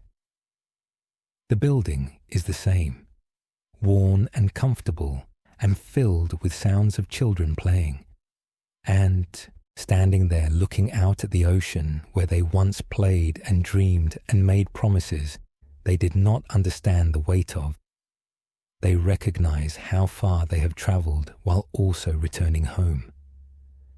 Squall thinks about the boy he was, isolated and certain that solitude equaled strength, convinced that needing others represented failure or weakness, and he barely recognizes that person anymore. The walls he built required so much energy to maintain, consumed so much of his capacity that might have been directed toward growth or connection or joy, and their collapse, while terrifying, has freed him to become someone more complete and genuine. He still carries scars, still struggles with openness and vulnerability, still finds expressing emotion difficult, but he is no longer trapped behind barriers of his own construction, no longer imprisoned by his own defensive strategies. Rinoa stands beside him, their hands intertwined, and she understands that the path ahead will not be simple or safe. that carrying sorceress power makes her target and threat simultaneously, that she will face fear and suspicion from those who cannot see past her abilities to the person beneath them. But she is not alone, will never again be alone in the way Ultimecia was alone, because she has chosen connection over isolation, and Squall has chosen to stay beside her regardless of risk or consequence. The evening settles over the orphanage, sun setting over ocean in colours that seem too vivid to be real, and they watch children play in the sand below, small figures running and laughing and being young in ways they never quite got to be, their own childhoods cut short by circumstances and necessity, and the cruel mathematics of how the world treats those without protection. But these children have the orphanage, have the matron, have possibility of futures not yet determined by trauma or loss, and that continuation, that preservation of potential, is what they fought for even when the battles seemed to be about preventing apocalypse or defeating cosmic threats. Time passes, as it always does, and the world continues its complicated dance of progress and regression, growth and decay, hope and despair, in measures that resist simple accounting. The gardens endure, transformed by revelation and crisis, into something that better serves the needs of a world that no longer faces existential threat from a future sorceress, but still contains countless smaller crises requiring intervention and courage. Students continue arriving, drawn by opportunity or necessity, or simple need for structure and purpose, and they are trained not just as weapons, but as protectors, as people capable of making choices about when and how to use their considerable skills. The junction system remains because it works, because the power it provides allows ordinary humans to stand against forces that would otherwise overwhelm them. But understanding of its cost has become part of the curriculum. Students learn about memory erosion, about the gradual loss of self that comes from extensive guardian force use, and they are taught techniques to minimize that damage, to maintain their identities even while drawing on external power. It is not perfect. Nothing about the system is perfect, but it is better than ignorance, better than allowing the slow dissolution of identity to proceed without acknowledgement or mitigation. Squall eventually accepts a position of actual authority at Garden, stops trying to avoid leadership, and instead embraces it as extension of the path he chose when he decided connection mattered more than isolation. He is not comfortable with the responsibility, probably never will be comfortable with it, but comfort was never the point. What matters is that students need guidance from someone who understands what they will face, who has experienced the worst the world can offer and found ways to survive it, who can teach them that strength comes not from being invulnerable, but from maintaining vulnerability while building support systems that help you endure. Rinoa never becomes the threat that history suggested she must become. The power she carries is real and dangerous, her abilities as sorceress placing her in category of beings who have historically brought nations to their knees. But she remains grounded by connections to others, by Squall's presence beside her, by the family of former orphans who refuse to let her face her nature alone.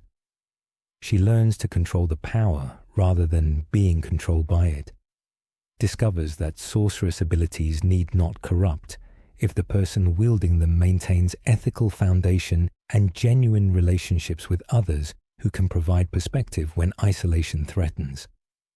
Her existence challenges the historical pattern, provides evidence that sorceresses are not inevitably doomed to become tyrants or threats, that the persecution itself creates the very dangers it claims to prevent. When sorceresses are feared and isolated, when they are treated as monsters rather than people, they have little choice but to either embrace the monster role or be destroyed by those who cannot see past their fear. But when sorceresses are supported, when they are allowed to remain connected to community and humanity, when their power is understood as aspect of who they are rather than totality of their identity, different outcomes become possible. This does not mean acceptance comes easily or universally. There are those who fear Rinoa despite evidence of her restraint, who see her power and conclude that allowing her freedom represents unacceptable risk, who would prefer she be sealed away or eliminated to ensure safety, even if that safety is purchased with her suffering. These fears are not entirely irrational.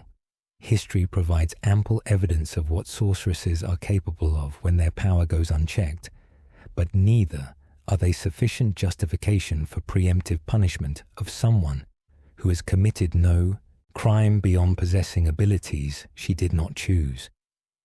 The political complexities of a world containing a known active sorceress play out across years. Nations debate whether Rinoa should be monitored or restricted, whether international agreements should govern what sorceresses can and cannot do, whether her connection to Garden represents threat or reassurance. Some see Garden's protection of her as noble stand for individual rights against collective fear. Others see it as dangerous harboring of potential catastrophe by institution that should know better. There are no clean answers, no solutions that satisfy everyone, only ongoing negotiation between safety and freedom, between collective security and individual autonomy. Laguna remains in Esthar, serving as president despite his continued discomfort with the role, his natural charm, and genuine concern for people making him effective leader, even when he doubts himself. He maintains contact with Squall, their relationship complicated by revelations that emerged during the crisis about connections between them that neither fully understands or knows how to navigate. Laguna was friends with Rain, Squall's mother, was present during significant portions of his childhood in ways that memory suppression erased, and the question of what that history means for their present relationship remains unresolved.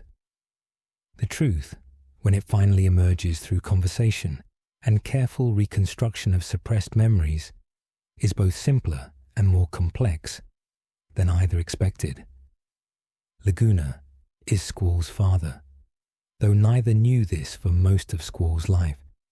Though Laguna was absent for reasons that seemed urgent at the time, but in retrospect appear insufficient, though the knowledge changes everything while also changing nothing. They cannot recover the years lost to separation and forgetting, cannot build relationship on foundation that should have been laid in childhood but was never properly constructed, but they can begin where they are, can acknowledge what exists between them now rather than mourning what might have been, can create connection that honors truth without pretending trauma of absence can be undone. Elone remains with Laguna, the adopted daughter who represents his attempt to do better, to be present and protective in ways he failed to be for his biological son, to honor memory of Rain by caring for the girl she also loved. Her unique abilities make her valuable to various groups who would exploit her power for their own purposes, and Esthar's resources provide protection that allows her to live something approaching normal life, despite extraordinary circumstances. She uses her abilities carefully, aware that sending consciousness through time risks creating paradoxes or altering events in ways that cascade unpredictably. That power to change past comes with responsibility to understand consequences of those changes. Seifer's fate remains ambiguous and contested. After Ultimecia's defeat, after the possession broke and he could no longer claim he was simply serving his sorceress as her knight, he disappeared, fled before judgment could be rendered for actions taken while under influence that was not quite control, but also not quite free will. Some want him prosecuted for crimes committed during his service to Idea and Ultimecia, for deaths and destruction that followed his choices, even if those choices were made while manipulated. Others argue he was victim as much as perpetrator, that prosecuting him ignores how thoroughly Ultimecia's influence eroded his agency, that punishment serves no purpose beyond satisfying desire for vengeance. He surfaces occasionally in rumors and unconfirmed sightings, always distant, always moving, never staying long enough for anyone to be certain it was really him. Some reports suggest he is helping people, using his considerable combat skills to protect those who cannot protect themselves, perhaps trying to balance scales. He tilted so heavily during his service to the sorceresses. Other reports paint him as mercenary or criminal, someone who learned wrong lessons from his experience and now applies his abilities to selfish ends without concern for collateral damage. The truth likely exists somewhere between extremes. Seifer remaining complicated and contradictory, someone whose story did not end with Ultimecia's defeat, but continues in directions he alone determines. His disappearance weighs on those who knew him at the orphanage, who remember him as one of their own before trauma and ambition and manipulation twisted him into someone they struggle to recognize. They wonder if he could have been saved, if intervention at different points might have prevented his descent, if they failed him by not seeing the warning signs or not understanding the depth of his need for external validation and purpose.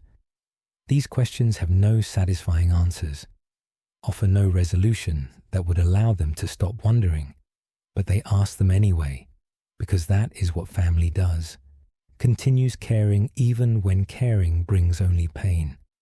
The Gardens expand their mission to include research into alternative power sources that might reduce reliance on Guardian forces and their memory-eroding effects. Scientists and scholars work to understand the junction system at deeper levels, to develop modifications that preserve its benefits while minimizing its costs, to explore whether human and Guardian force might integrate in ways that enhance both, rather than one parasitizing the other. Progress is slow and uncertain, each advancement revealing new complications, but the effort itself represents commitment to doing better, to not simply accepting systems because they work well enough even when their costs are known and significant. Balamb Garden rises from its ruins, rebuilt through collective effort of survivors and supporters, standing as monument to resilience and refusal to let tragedy define futures. The new structure incorporates lessons from the old, improves on weaknesses that missiles exploited, creates defenses that might prevent similar attacks without transforming the place into a fortress that loses sight of its educational purpose. Students return, drawn by reputation and history, by knowledge that this place has faced worst-case scenarios and survived, by belief that training received here will prepare them for whatever crises their generation must navigate. The world itself continues changing in ways both dramatic and subtle. Technology advances, nations rise and fall or reform themselves, social movements challenge old assumptions and create new problems in process of solving previous ones. The defeat of Ultimecia did not freeze time or perfect society, did not eliminate human capacity for self-destruction or creation of suffering, did not ensure that future would be better than past. It simply kept the future open, preserved possibility that tomorrow might bring improvement rather than guaranteeing regression, maintained space for choice and growth rather than collapsing everything into a single moment of eternal stagnation. Climate patterns shift as the world recovers from years of lunar cry bombardments, monster populations gradually declining as natural predators and ecological balance reassert themselves. Some regions remain devastated, scarred by impacts and infestations that will take generations to fully heal. But life proves remarkably persistent, finding purchase in even the most damaged environments, adapting and spreading and gradually reclaiming spaces that seemed permanently altered. The planet endures, as it has endured countless crises across its history, demonstrating resilience that dwarfs human timescales and concerns. The question of what happens when Rinoa dies, when her sorceress power must pass to another host, hangs over everything like sword on thread. They cannot prevent the transfer, cannot break the chain that has continued uninterrupted for longer than recorded history, cannot ensure that whoever inherits the power will be as supported and grounded as Rinoa has been.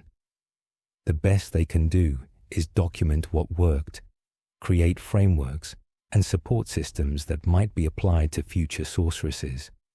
Hope that their example influences how the world treats those who inherit power they never sought and cannot reject.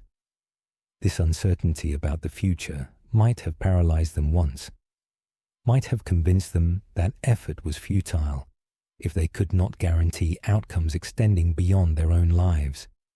But they have learned, through crisis and revelation and the hard work of growth, that meaning exists in the present, in the choices made today, rather than in controlling outcomes decades or centuries hence.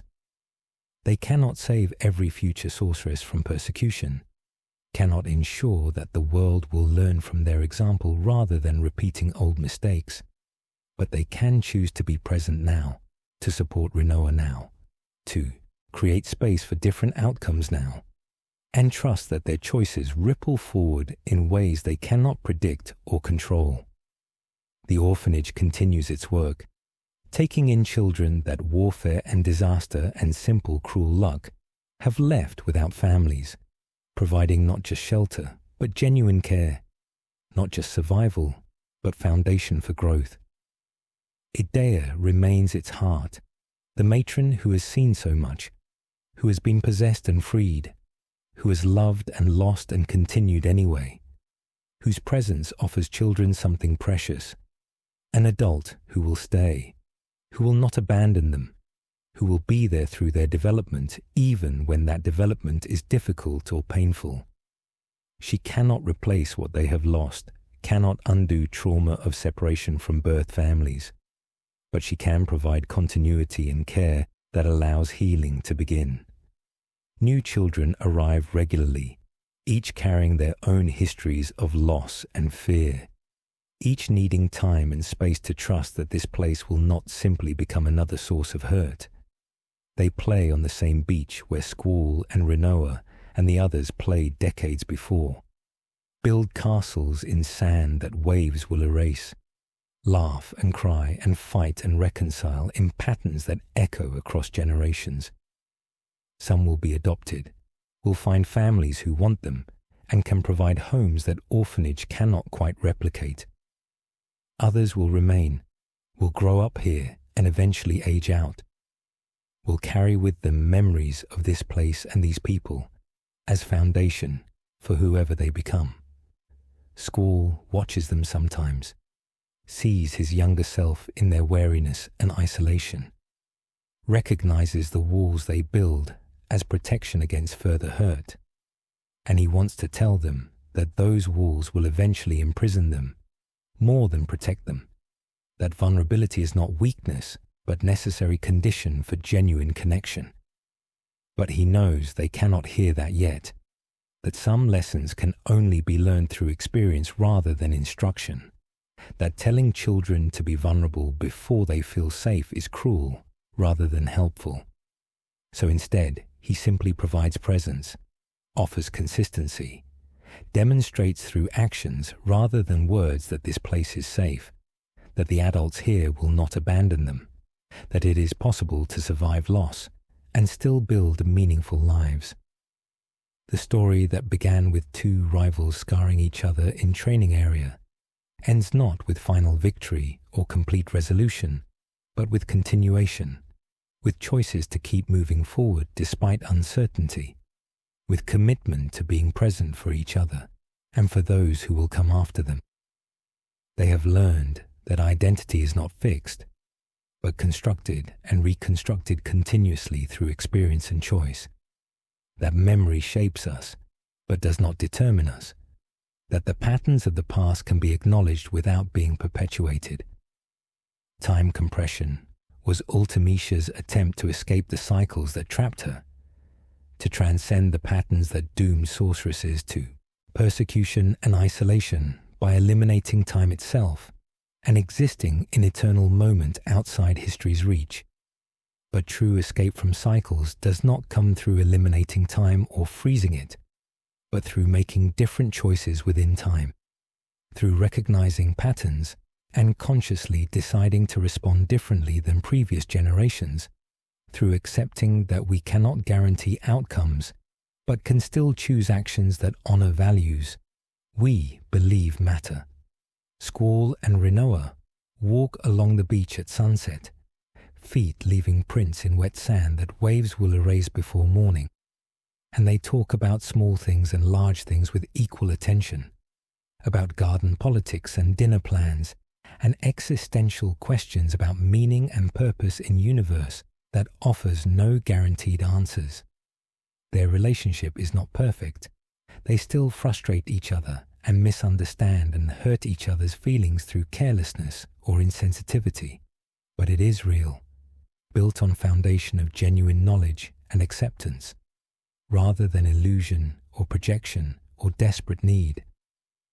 Behind them, the orphanage lights come on as evening deepens, warm glow spilling from windows where children are settling down for night, where matron is tucking them in and telling stories that will shape their dreams. Ahead of them, ocean stretches toward horizon, where sky meets water in lines so straight it seems drawn with ruler. And beyond that horizon lies rest of world with all its complexity and contradiction, its beauty and horror, its endless capacity for both creation and destruction. They do not know what tomorrow will bring, cannot predict how their choices will ripple forward, or what consequences will emerge from actions they take today. They cannot guarantee that Rinoa will never become threat she fears becoming, cannot ensure that world will treat future sorceresses better than it treated those in past, cannot prevent suffering that is surely coming in forms they cannot anticipate or prepare for. But they can choose to face whatever comes together, rather than alone, can decide that connection matters more than safety, can believe that their example of supporting sorceress rather than persecuting her might influence how others respond to power they fear. The stars emerge as darkness deepens, points of light in vast emptiness, and somewhere among those stars is the lunar base, where Adel was sealed and where Ultimecia reached through time to enact her desperate plan. The moon itself hangs full and bright, its surface scarred by impact craters and covered with creatures that occasionally rain down on planet below. Reminder that threats continue existing, that vigilance remains necessary, that the victory they achieved did not eliminate danger, but simply prevented one specific catastrophe from unfolding. Guardian forces still exist in their strange realm of summons and junction, still available to those trained to call upon them, still offering power at cost of memory, still representing bargain that humanity has made for centuries and will likely continue making regardless of understanding its true price. The system persists because it works, because the alternatives are either abandoning power entirely and hoping no threats emerge that require supernatural response, or developing entirely new paradigms for human enhancement that might carry their own unforeseen costs. Progress happens incrementally, each generation making slight improvements while introducing new complications, approaching but never quite reaching solutions that satisfy all concerns and eliminate all risks. Gardens float across oceans and rest on continents, mobile and stationary, each with its own culture and approach to training, each contributing to collective effort of preparing young people for a world that will demand much of them. The bonds formed in these institutions, friendships and rivalries and romances that develop in crucible of intensive training and shared danger, create networks of connection that span the globe, that provide foundation for cooperation when crises require coordinated response. Former students encounter each other in distant locations, recognize shared experience that transcends nationality or political affiliation, discover that training they received created lingua franca of skill and value that allows communication across other differences. Magic flows through world in currents both visible and hidden, drawn from guardians or from planet itself, or from sorceresses who channel it instinctively, and its presence shapes everything even when people do not consciously recognize that shaping. Spells draw energy from same source as life itself. Junction system literally connecting human consciousness to forces that predate civilization and will outlast it. And that connection carries implications that philosophers and mystics debate without reaching definitive conclusions. Are they tapping into planet's life force, gradually depleting finite resource, or drawing on truly unlimited power that regenerates faster than it can be exhausted? The answer likely exists somewhere between extremes. Magic being abundant but not infinite, sustainable if used with wisdom, but capable of being overtaxed if exploited without restraint. The political landscape shifts as nations that relied on garden mercenaries now must navigate world where those mercenaries have their own agenda beyond simply accepting highest bid. Gardens still contract their services, but with greater scrutiny of what those contracts support, unwilling to enable atrocities or exploitation simply because payment is generous. This introduces friction. Clients who want weapons rather than moral agents, who reject idea that mercenaries might refuse orders that violate ethical boundaries.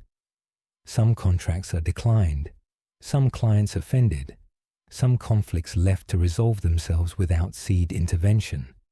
And world must adapt to mercenary force that considers consequences of their actions rather than treating violence as morally neutral transaction. Technology continues advancing, nations racing to develop better weapons and defenses, to create systems that might protect against threats both conventional and supernatural. The Lunar Cry demonstrated planet's vulnerability to extraterrestrial dangers. Missiles destroyed Trebia Garden in minutes. Time compression nearly unraveled reality itself, and each crisis reveals new gaps in existing protections, new areas where humanity remains frighteningly vulnerable despite all technological sophistication. Scientists work to close those gaps, while acknowledging that complete security remains impossible, that risk cannot be eliminated, only managed, that accepting vulnerability is necessary condition for continued existence in universe that contains countless ways to die. Economic systems strain under weight of reconstruction and recovery, nations allocating resources to rebuild what was destroyed while simultaneously preparing for future conflicts that seem increasingly inevitable as resources grow scarce and populations expand into marginal territories. Trade networks that were disrupted by warfare and monster infestations gradually re-establish themselves, goods flowing across continents again, prosperity spreading though distributed so unevenly that some regions thrive while others struggle to provide basic necessities. The inequalities that existed before crisis persist after it, proving once again that defeating external threats does not automatically resolve internal contradictions or create just distribution of resources. Artists and writers struggle to capture in their mediums the experiences of those who lived through time compression and Ultimecia's threat, attempting to translate incomprehensible reality into forms that audiences can engage with and understand. Some works focus on heroism and triumph, celebrating those who stood against apocalypse and prevailed. Others examine trauma and cost, documenting psychological wounds that persist long after physical dangers recede. Still others explore philosophical implications of time manipulation and memory erosion, questioning what it means to be yourself when your past is uncertain and your future potentially rewritable. Educational systems beyond gardens grapple with how to teach rising generation about events that defy normal explanation, about time compression and sorceresses and guardian forces, and all the strangeness that has become part of their world's reality.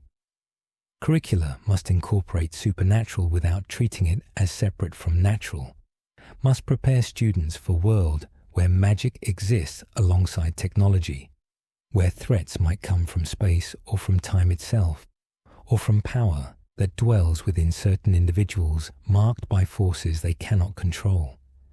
The challenge is doing this without creating fear or fatalism, without suggesting that ordinary people are helpless before forces beyond their understanding, without eliminating sense of agency that allows people to believe their choices matter. Religious institutions fracture over interpretations of recent events, some seeing hand of divine in humanity's survival, others concluding that absence of clear divine intervention proves secular nature of existence, still others developing new theologies that incorporate guardian forces and sorceresses and time compression into existing faith frameworks. Debates rage about whether Ultimecia was demon or simply damaged person, whether sorceresses are blessed or cursed, whether Garden's mission represents righteous crusade or dangerous militarism.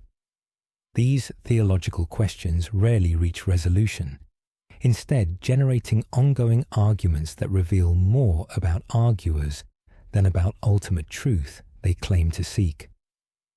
Cultural movements emerge, celebrating or condemning various aspects of what happened, creating art and music and literature that processes collective trauma through creative expression. Some works glorify Seifer and their heroism, creating mythology around Squall and his companions that bears limited resemblance to messy reality of their experiences. Others critique Garden system as militaristic institution that produces child soldiers, questioning whether training teenagers to be weapons can ever be ethical regardless of threats they face. Still others focus on sorceresses, exploring their experiences of persecution and power, attempting to humanize figures that history has treated as monsters or forces of nature rather than people. The question of whether Ultimecia could have been saved, whether there was point before time compression when intervention might have prevented her descent into desperate plan that threatened everything, haunts those who understand enough about her story to recognize her as victim of cycles older than her individual life. In her future, she was persecuted for being sorceress, was feared and hunted and isolated until she saw no option except transcendence through time compression. If she had been supported rather than persecuted, if she had been treated as person rather than threat, would she have become the enemy they fought? The question is unanswerable because time is linear and past cannot be changed, but it suggests that their success in supporting Rinoa might have implications extending into futures they cannot see, might break cycles that would otherwise continue repeating across centuries. Squall carries his scar, the line across his face that Seifer gave him years ago in training area before everything changed, and he no longer sees it as mark of rivalry or violence, but as reminder of how much he has grown since that day. The boy who received that scar was isolated and defensive, convinced that strength meant needing no one, certain that vulnerability equaled weakness. The man who carries it now understands that real strength comes from maintaining openness despite knowing it creates possibility of hurt, from choosing connection despite awareness of loss's inevitability, from building life with others rather than apart from them. Rinoa's power continues growing as she matures into her role as sorceress, her abilities expanding in ways that both excite and terrify her, and she learns to live with uncertainty about her own nature, to accept that she contains potential for both extraordinary creation and devastating destruction. That which path she follows depends on choices she makes rather than on inherent nature of power itself. The fear never completely disappears, probably should not disappear, because healthy fear of one's own capacity for harm creates restraint that prevents its exercise, but it no longer paralyzes her, no longer prevents her from living, because she might someday become threat to those she loves. Their friends remain close. The bonds formed at orphanage and reforged during crisis, proving durable despite time and distance, despite the different paths each has chosen and the various directions their lives have taken. They gather when possible, share meals and stories, remember together what individual memory might forget or distort, create collective narrative of their shared past that helps each of them understand their role in larger story. These gatherings are not always comfortable, sometimes force confrontation with truths they would prefer avoiding, but they happen anyway because relationship requires effort and discomfort, requires showing up even when convenient to stay home, requires maintaining connection despite friction and difference. The world turns, seasons cycle, years accumulate into decades that will eventually become centuries, and the story of Squall Leonhardt and Rinoa Hartilli and their companions becomes history, becomes legend, becomes mythology that future generations will interpret through lenses of their own concerns and values. Details will be lost or distorted, motivations misunderstood, complexity reduced to simple narratives that fit existing frameworks better than messy truth. But the core will remain. They faced apocalypse and prevented it, faced their own traumas and grew beyond them, faced isolation and chose connection, faced certain futures and rewrote them through choices that history said were impossible. In the end, what they accomplished was not defeating ultimate evil or establishing perfect world, but rather demonstrating that cycles can be broken, that history does not have to repeat simply because it has repeated before, that supporting those with power rather than persecuting them creates different outcomes than fear and isolation. They showed that memory, while important, does not determine destiny, that identity can be reconstructed after shattering, that love persists even when time itself becomes uncertain.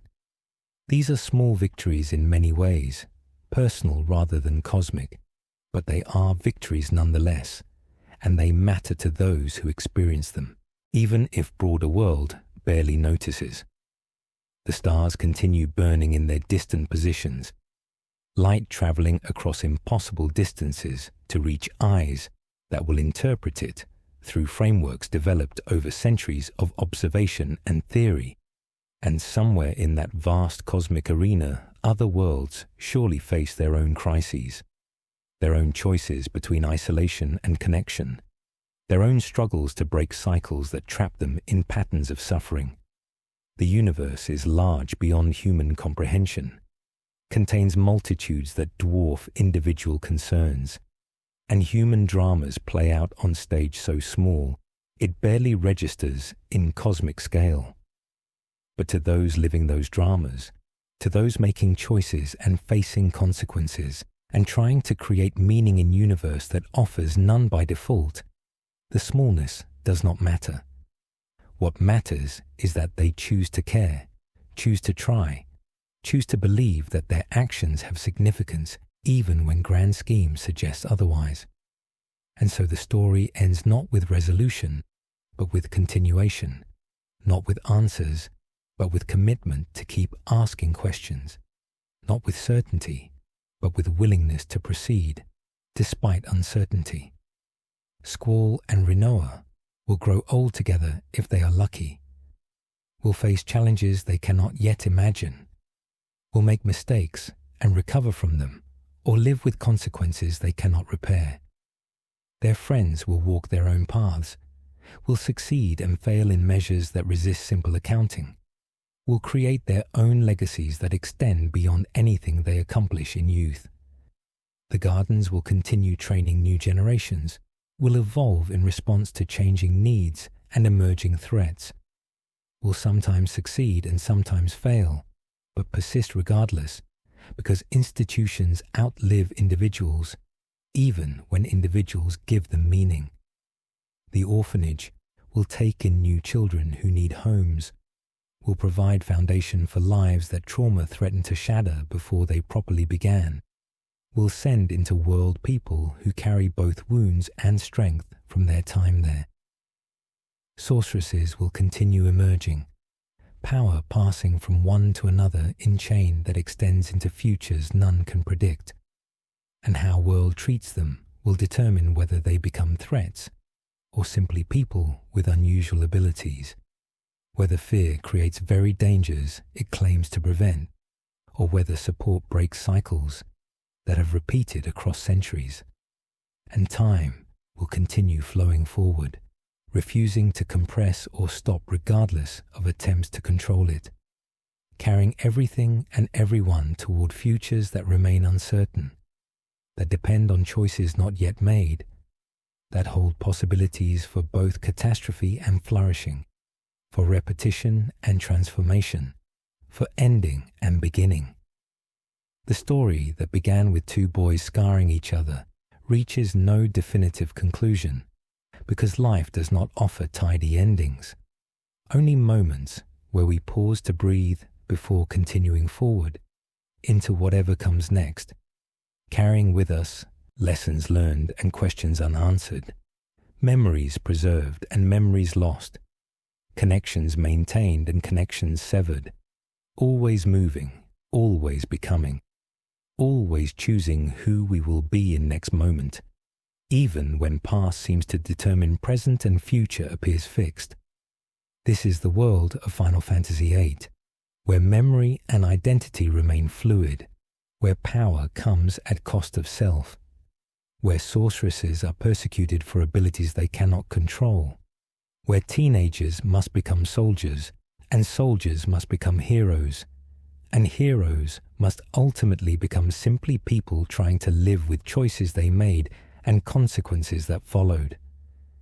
It is a world of contradictions and complexity, of beauty and horror intertwined so thoroughly that separating them becomes impossible, of hope persisting despite ample evidence for despair, of meaning created through effort and choice, rather than discovered waiting in nature of things. And in that world, on beach where waves meet sand and children play and evening deepens into night, Squall and Rinoa stand together, watching stars emerge, holding hands, living their story not yet complete, writing chapters that future will read and interpret and misunderstand, creating meaning through simple act of choosing to remain present for each other and for world that needs them even when it does not know that need exists. They are not perfect, their love is not perfect, their world is not perfect, and perhaps that imperfection is precisely what makes their story worth telling, what makes their choices matter, what makes their continued presence meaningful despite or because of all uncertainty that surrounds them. The night deepens, stars multiply, ocean continues its eternal rhythm of wave and recession, and life continues its complicated dance of being and becoming, of memory and forgetting, of connection and isolation, of choosing and being chosen, of stories that end and stories that continue, of moments passing and moments preserved, of all that was and all that might yet be, eternally present in flow of time that cannot be compressed or stopped or controlled, only experienced and honored and navigated with whatever courage and wisdom we can muster in face of everything we do, not and cannot know. If you found something meaningful in this exploration of memory, identity, and the courage to remain vulnerable in the face of fear, consider sharing your thoughts in the comments below. And if you would like to journey through more forgotten corners of gaming worlds, the subscribe button waits patiently for your attention, ready to ensure you never miss another story told in the quiet hours when the world grows still and memories surface from depths where they have long been hidden.